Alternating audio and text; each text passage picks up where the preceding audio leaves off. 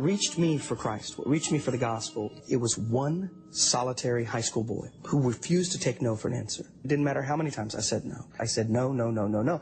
You have to understand, in our world, for a Muslim to come to faith in Jesus Christ, to leave Islam, you lose your culture, family, job, home, sometimes your life. Finally, my senior year in high school, to show him, I walked into this little church. Everything I had ever learned about Christianity, I had learned from my imam. The meaner I was to them, or the more sarcastic I was, or caustic I was, the nicer they were to me. I was amazed at the ability of the Christian to love me in spite of me. And this is important because it's unconditional. And when I finally afterwards asked them, why are you so nice to him? That's the way Jesus loved us. Romans 5:8, while we were still sinners, while we were still at war with him, Christ died for us. That is a radical concept for somebody like me. He takes me to the pastor, the young man does, and the pastor says, what do you think about Jesus? And I said, in Isa. His name is Isa. He said, you can't respect Jesus because Jesus declared himself to be God. If Jesus said these things, he is not qualified to be a prophet. He actually is who he says he is. He said, you either revere him as God or reject him as a fraud,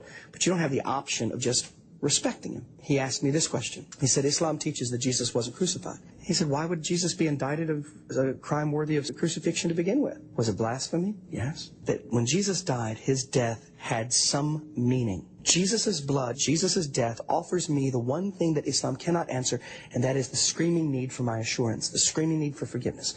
Jesus strapped himself to a cross so that I wouldn't have to strap a bomb to myself. I lasted 4 days in that church. On the fourth day, I came forward. I told the pastor, Isa bin Allah, Jesus is the Son of God. I want to be saved. I accepted his sacrifice in my life. I repented of my sin, turned my life over to him.